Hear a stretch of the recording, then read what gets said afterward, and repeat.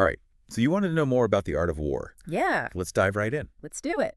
This book is one of the oldest military treatises in the world. Oh, yeah, for sure. And we're looking at a digitized version from the Internet Archive. Cool. It's a 1910 publication based on Sun Tzu's original text Wow.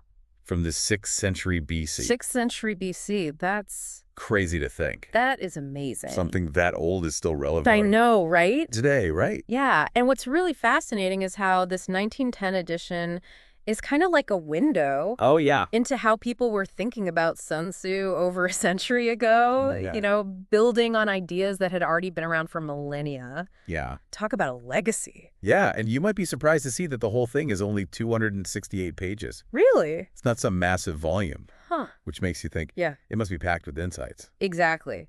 The art of war is all about efficiency, Okay. both on the battlefield and in the way it presents ideas. Mm-hmm. It emphasizes avoiding these drawn-out battles, Right. picking your fights carefully, Okay. and knowing not only your enemy, Mm-hmm. but also yourself, Oh, interesting. your strengths and your weaknesses. Okay. Sun Tzu was basically saying, work smarter, not harder, way before Uh-huh. it became like a modern mantra. Yeah, it's like he was giving a master class in strategy, but like centuries ahead of the game. Absolutely. And he also stresses the importance of deception and adaptability, Okay. being able to shift tactics Right. based on the ever-changing landscape of conflict. Yeah. That's key to success. So it's like a mental chess game, Totally. always thinking a few steps ahead. Yes, exactly. Now, here's where things get really intriguing. Okay. This book has been viewed over 90,000 times on the Internet Archive. Wow. And there's even a user review Oh, wow. from someone in India asking about publishing it there. Really? Clearly, the wisdom of Sun Tzu is still traveling the world. It makes you wonder what it is about these ideas that resonate so deeply, even thousands of years later. Yeah. Maybe it's because the core principles of strategy and conflict are timeless. Mm-hmm. Human nature hasn't changed that much, even if the battlefields have. You've got a point there. Yeah. And speaking of making this knowledge accessible, I noticed the art of war Yeah. is available on the archive in multiple formats, Oh, cool. including EPUB and even DAISY. DAISY is designed for people with print disabilities. Oh, wow. It's a great example of how the Internet Archive is making knowledge accessible to everyone. That's awesome. It speaks to the universality of these ideas. Yeah. No matter who you are or where you are in the world, the principles of the art of war can offer valuable insights. So we've got this incredibly old text available in formats that would have been unimaginable to Sun Tzu, Right. still resonating with people all over the world today. Yeah, There's definitely something powerful going on here. totally agree. Yeah, it really highlights how knowledge and strategy Yeah. can transcend time and context. Absolutely. So diving a little deeper into the book itself, Mm-hmm. what are some of the key takeaways or principles that you think really stand out for someone reading this today? Well, one of the most fundamental ideas in the art of war Oh, okay. is that the best victory is the one won without fighting. Wow. Sun Tzu emphasizes the importance of careful planning, Right. diplomacy, and using your resources wisely to achieve your objectives without resorting to unnecessary bloodshed. So he was basically saying avoid war if at all possible. Precisely. Sun Tzu recognizes that war is inherently destructive Yeah. and should only be used as a last resort. Makes sense. He argues that a skilled leader can often achieve their goals through strategic maneuvering alliances Okay. and understanding their opponent's psychology. That makes a lot of sense. I know. I'm starting to see how these principles could apply to so many different situations, Right. not just military ones, Exactly. like in a business negotiation. Yeah. If you don't want to come in with a aggressive take no prisoners attitude. Exactly. Understanding your competitor, their strengths, weaknesses, and motivations can give you an advantage. Right. You can use that knowledge to negotiate strategically and achieve a favorable outcome without destroying the relationship. Oh, okay. You've won the battle, but you haven't burned the bridge for future interactions. It's like Sun Tzu was saying, know your battlefield, whether that's an actual battlefield or a boardroom, Yes. a family argument, or even just trying to get your point across online. Another key principle is choosing your battles carefully. Okay. Sun Tzu stresses that it's not about fighting every fight, Right. but about strategically selecting the engagements where you have the greatest chance of success. Okay. This ties into the idea of knowing your strengths and weaknesses as well as those of your opponent. Yeah. Sometimes a strategic retreat is better than an all-out assault. So it's about being strategic and selective, not just reacting to every little thing. Right. This is actually a really helpful way to think about how we manage our time and energy, even in everyday life. Yeah. Do you really need to engage in every online argument, every debate at work? Good point. Maybe choosing to step back from certain situations is actually the more strategic move. That's a great point. It's about assessing the situation, Yeah. weighing the potential risks and rewards, and choosing your battles wisely.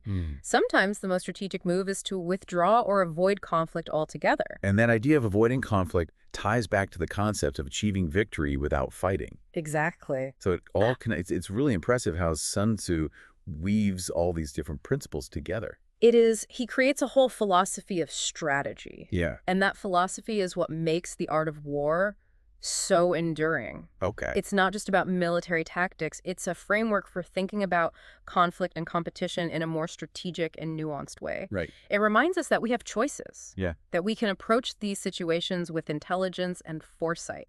And maybe even a bit more calm and deliberation. Yeah. Because if you look back at that user comment on the Internet Archive, the person from India wasn't asking about how to win a physical war. Right.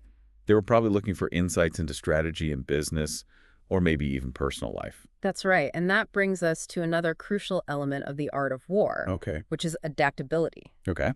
Sun Tzu understood that no battle plan survives contact with the enemy. Because things change. Exactly. The ability to adapt to changing circumstances is essential for success in any kind of conflict.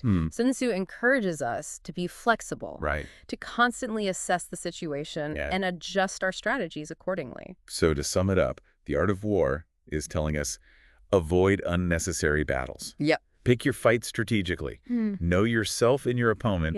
And be adaptable. Be adaptable. Sounds like pretty solid advice. For sure. Whether you're a general, a CEO, or just trying to navigate the complexities of modern life. Right. Which maybe explains why it's still so popular. I think so. Yeah, it really is mind-blowing to think that a book written so long ago can still offer such valuable insights for navigating the complexities of modern life. And it's not just for generals or CEOs. It sounds like anyone can benefit from this. Absolutely. The Art of War isn't just a military manual. It's a guide to strategic thinking that can be applied to countless situations. Remember that user comment from India? Yeah.